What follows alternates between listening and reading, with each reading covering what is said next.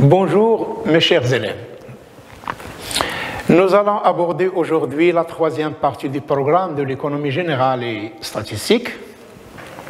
Cette partie qui s'intitule « Les emplois des revenus » et qui comporte trois chapitres qui sont la consommation, chapitre 1, l'épargne, chapitre 2, et l'investissement, chapitre 3. Nous allons commencer par la consommation. Chapitre 1, donc la consommation. Utiliser du pain, un pantalon, du savon, c'est consommer. La consommation désigne l'usage d'un bien ou d'un service pour satisfaire un besoin. Lorsqu'un particulier achète de l'essence pour sa voiture, ce n'est pas pour produire d'autres biens économiques. Sa consommation est dite finale. Par contre, lorsqu'un chauffeur de taxi achète de l'essence, c'est pour produire un bien économique, le transport, qui représente un service marchand. Sa consommation est dite, sa consommation d'essence est donc productive, c'est ce que l'on appelle la consommation intermédiaire. Considérons un employé, Ahmed, dont le salaire mensuel s'élève à 10 000 dirhams. Ahmed n'a pas d'autres revenus monétaires. Supposons qu'il consacre 8 000 à l'achat de biens matériels et immatériels de consommation, tels que, par exemple, le loyer, l'eau, l'électricité, l'alimentation, les vêtements, des détergents, le bus, cinéma, etc. La consommation d'Ahmed, de son ménage en fait, se limite-t-elle à cette dépense mensuelle de 8 000? Non. Ahmed possède un petit jardin où il cultive des légumes. De plus, il lui arrive de fabriquer des meubles ou réparer des appareils électroménagers, travail de bricolage, tels que réparer un frigidaire, une cuisinière, un mixeur, etc. Sa femme tricote aussi de temps en autre. Ahmed consomme en plus des biens et services qu'il achète, d'autres biens et services qu'il produit lui-même. C'est ce qu'on appelle l'autoconsommation. La consommation totale d'Ahmed ne comprend-elle que sa dépense et son autoconsommation? Non. En fait, Ahmed se sert aussi de l'éclairage des rues qui est assuré par l'État ou les collectivités locales. Il envoie ses 2 enfants à l'école publique, il se fait soigner à l'hôpital public, comme il profite de la sécurité assurée par la police, etc. Ahmed consomme donc des biens que l'État lui fournit gratuitement. En réalité, ces biens sont consommés collectivement de manière plus ou moins égale par tous les citoyens. C'est ce qu'on appelle la consommation collective. À partir de cet exemple, donc, nous allons essayer de dégager, de relever la définition de la consommation et aussi la classification de la consommation. La consommation peut être définie comme étant l'acte d'utiliser un bien ou un service pour satisfaire un besoin. Par exemple, utiliser des produits alimentaires pour satisfaire le besoin de manger, utiliser les services d'un taxi pour satisfaire le besoin de se déplacer, etc. Petit 2, les différents types de la consommation. On peut classer la consommation selon différents critères. D'abord, le critère de la destination. On distingue ici la consommation finale et la consommation intermédiaire. La consommation finale, c'est l'utilisation immédiate des biens ou services dans le but de satisfaire un besoin. La consommation finale est le fait des ménages et des administrations publiques. La consommation intermédiaire, par contre, représente l'achat de biens et services consommés par les entreprises pour produire d'autres biens et services. L'approche comptable de la consommation intermédiaire permet, si l'on veut le contenu de la consommation intermédiaire, on recourt au plan comptable, plus exactement au poste 612 qui contient les achats consommés de matières et de fournitures, et le poste 613-614 qui comprend les services consommés par les entreprises, c'est-à-dire les autres charges externes. On peut aussi classer la consommation selon la nature des biens consommés. On distingue ici la consommation individuelle et la consommation collective. La consommation individuelle. Dans ce cas, le bien ou le service consommé ne l'est que par un seul individu à l'exclusion de tout autre, car le bien fait l'objet de sa propriété privée. C'est le cas de la consommation de la plupart des biens achetés pour être consommés par un individu. La consommation collective. Un bien ou un service est consommé en même temps par un grand nombre d'individus sans possibilité d'exclusion, et ce, en leur permettant de satisfaire le même besoin. La consommation collective porte sur la consommation des biens dits collectifs. Un bien collectif est un bien indivisible qui peut être consommé en même temps par plusieurs consommateurs sans que la consommation d'un individu supplémentaire ne réduise la consommation d'un autre individu. C'est le cas de l'éducation nationale, de la santé publique, de la sûreté nationale, de la défense nationale, etc. On peut aussi classer la consommation d'après la nature du consommateur. Ici, on va distinguer la consommation privée et la consommation publique. La consommation privée représente l'utilisation des biens et services par les agents économiques du secteur privé, principalement les ménages et les entreprises.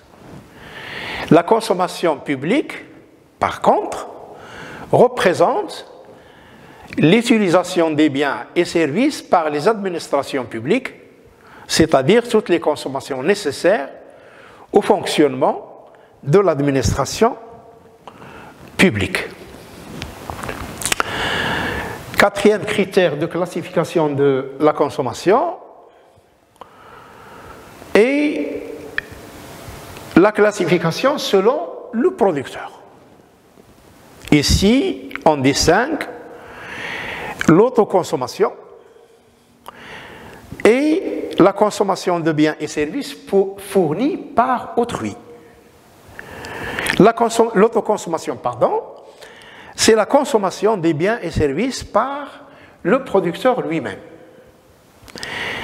La consommation des biens et services fournis par autrui, c'est l'utilisation des biens et services acquis par les ménages sur le marché à titre onéreux, c'est-à-dire des biens marchands, ou fournis à titre gratuit. Enfin, on parle de consommation finale nationale qui représente la somme de la consommation finale des ménages et celle des administrations publiques. La consommation finale nationale représente un agrégat macroéconomique appelé les dépenses de consommation finale, que vous allez voir l'année prochaine dans la partie relative à l'étude des agrégats.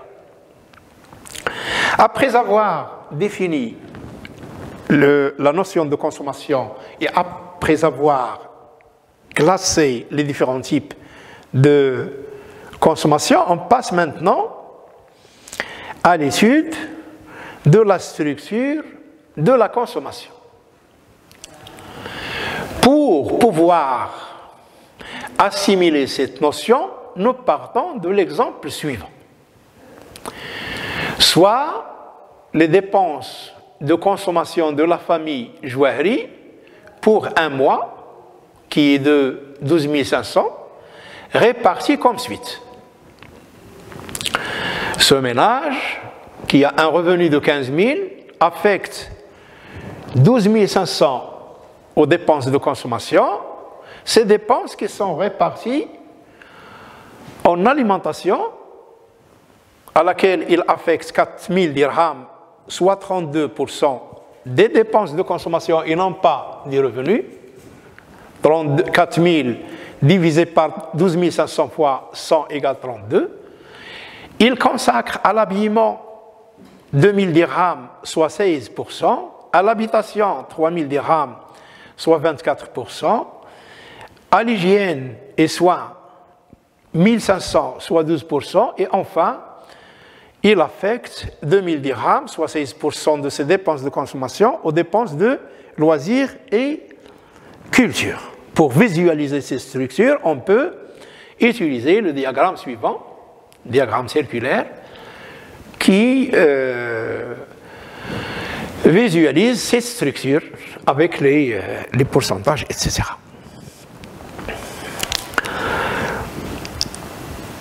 Les coefficients budgétaires. Un coefficient budgétaire représente quoi en fait? C'est ce que nous avons vu tout à l'heure ici. Les parts en pourcentage représentent les coefficients budgétaires. Comment on va les calculer? On prend le montant du poste de consommation, par exemple l'alimentation, divisé par la dépense totale de consommation multipliée par 100.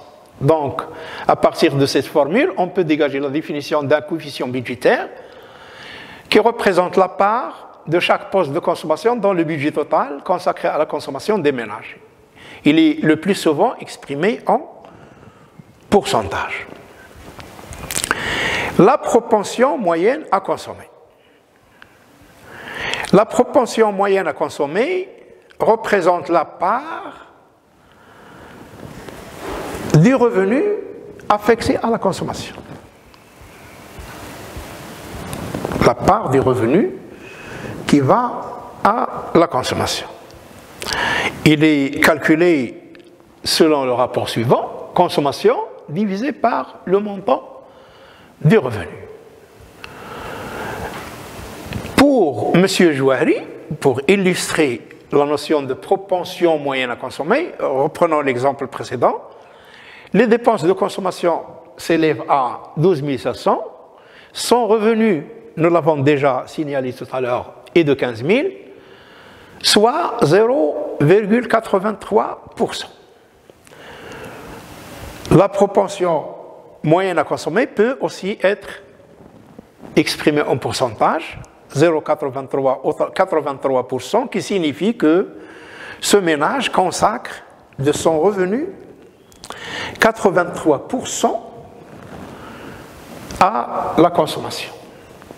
Chaque 100 dirhams de revenus, on prend 83 dirhams pour la dépenser dans l'achat de biens et services. Maintenant, on passe à l'évolution de la consommation. L'évolution de la consommation d'un ménage, d'une nation, etc. Pour pouvoir évaluer ou mesurer l'évolution de la consommation, on utilise la notion de propension marginale à consommer, qui peut être définie comme étant la part du revenu supplémentaire consacré à la consommation. Nous prenons l'exemple suivant pour illustrer cette notion. Soit toujours le revenu de M. Jouari et ses dépenses de consommation, la période 1, par exemple le mois précédent, on peut toujours calculer la propension, pour calculer la propension marginale à consommer, on a toujours besoin de deux périodes, qui peut être soit d'un mois à l'autre, d'une année à l'autre, d'un semestre à l'autre, etc. Pour M. Jouari, son revenu avant l'augmentation est de 15 000 dirhams. Après l'augmentation de son revenu, 20 000 dirhams. C'est-à-dire qu'il a reçu une augmentation, qu'il a eu une augmentation du revenu de 5 000 dirhams. M. Jouari consommait auparavant, avant l'augmentation du revenu, 12 500. Après l'augmentation du revenu, il consomme 14 000 dirhams. On voit ici que le revenu a augmenté de 5 000 dirhams, la consommation a augmenté de 1 500 dirhams. Le revenu a augmenté et la consommation a augmenté aussi. Mais la consommation a augmenté moins. L'augmentation de la consommation a été à un rythme inférieur au rythme de l'augmentation des revenus. Pour mesurer cette évolution, nous allons prendre 14 000 moins 12 500, c'est la variation absolue de la consommation, delta consommation, c'est-à-dire la variation de la consommation, divisé par la variation du revenu. 14 000 moins 12 500 égale 1 500, divisé par 20 000 moins 15 000, c'est-à-dire 5 000, est égal à 0,3. On aura en fin de compte 1 500 divisé par 5 000 égale à 0,3. Que signifie maintenant 0,3? 0,3 ou 30% signifie que 30% du revenu supplémentaire a été affecté à la consommation. Si le revenu a augmenté de 1 dirham, la consommation va augmenter de 0,3, c'est-à-dire 30 centimes. Si le revenu a augmenté de 100 dirhams, la consommation va augmenter de 30 dirhams. La propension moyenne, comme on peut le constater, la propension moyenne à consommer est passée de 0,83 avant l'augmentation du revenu à 0,70. Comment on a calculé ça? On revient à l'exemple.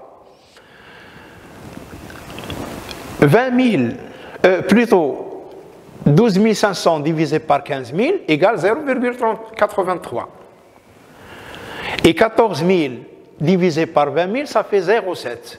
Donc la propension moyenne a connu une baisse, passant ainsi de 0,83 à 0,7.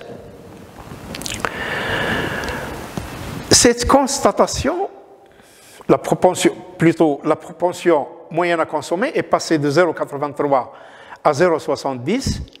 Donc il y a une baisse de la propension moyenne à consommer.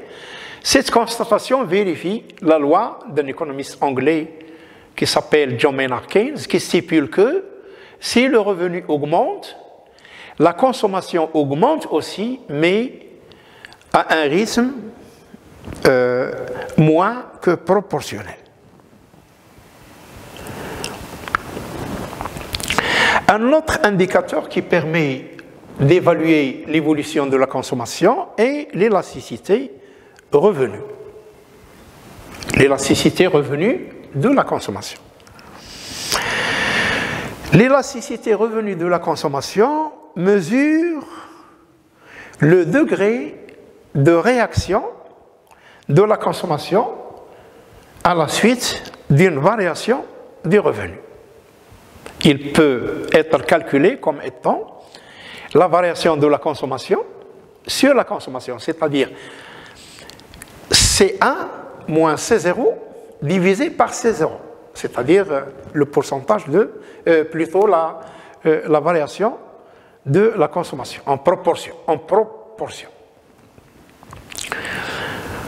Dans notre exemple, on va illustrer ça à travers l'exemple suivant. La consommation est passée de 12 500 à 14 000. On va prendre donc 14 000 moins 12 500 divisé par 12 500. C'est ça la variation. Pour la variation de la consommation divisée par C1 moins C0 divisé par C0. Le tout sera divisé par la variation du revenu sur le revenu, c'est-à-dire R1 moins R0 divisé par R0, et on obtiendra donc 1500 divisé par 12 500 divisé par 5000, la variation du revenu, divisé par le revenu de base, c'est-à-dire 15 000, ça vous donne 0,36%. Comment on peut lire ce chiffre, 0,36? Lorsque le revenu augmente de 1%, la consommation augmente de 0,36%.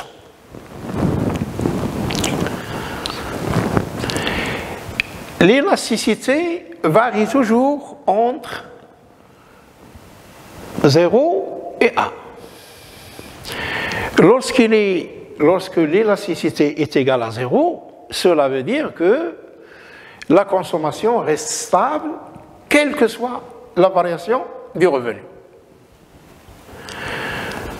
Même si le revenu augmente, la consommation reste la même, reste stable.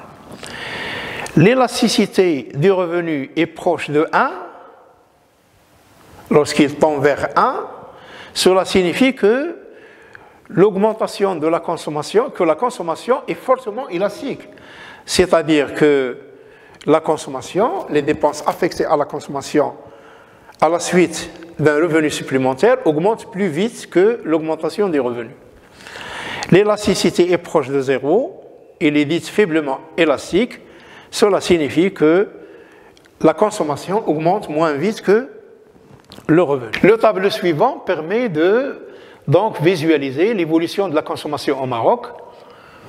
Les statistiques sont prises sur le site du Haut Commissariat au Plan.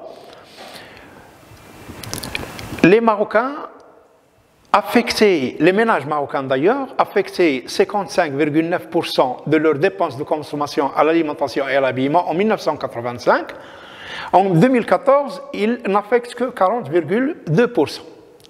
25% en 1985 représente la part consacrée à l'habitation, y compris l'énergie et l'équipement ménager. Actuellement, il est de 26%, ça reste relativement stable.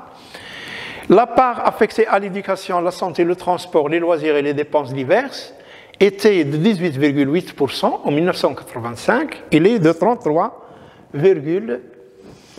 6% en 2014. La lecture de ces données, nous l'avons déjà fait, la part des dépenses alimentaires a eu tendance à baisser durant les 3 décennies précédentes. Les dépenses consacrées à l'alimentation et à l'habillement sont passées de 55,9% en 1985 à 40,2% en 2014. Les dépenses consacrées à l'habitation sont restées relativement stables. Les dépenses relatives à l'éducation, la santé, le transport, les loisirs et les cultures ont connu une augmentation passant de 18,8% à 33,6% en 2014. L'évolution constatée vérifie la plus célèbre des lois formulées par le statisticien Ernest Engel, qui énonce que la part des dépenses d'alimentation recule lorsque le revenu s'accroît. C'est bien cette évolution qui est constatée au Maroc sur une longue période, et je vous remercie.